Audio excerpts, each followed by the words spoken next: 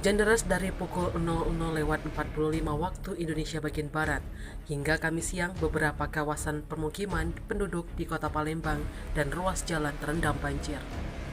Pantauan di lapangan, banjir merendam beberapa ruas jalan dan kawasan permukiman penduduk mulai dari di kawasan Sukabangun 2, Demang Lebar Daun, Angkatan 45, Sabta Marga, dan Jalan Kol Haji Burlian Palembang.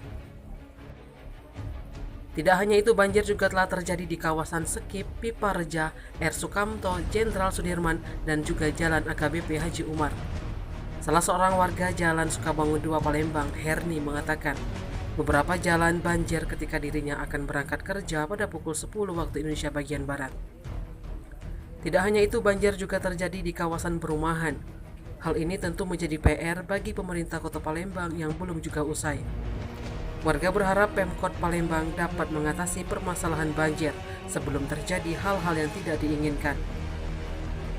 Banjir ini dianggap pemerintah lantaran kurang optimalnya jumlah pompa di kolam retensi yang tidak sebanding antara 7 pompa dengan 46 kolam retensi.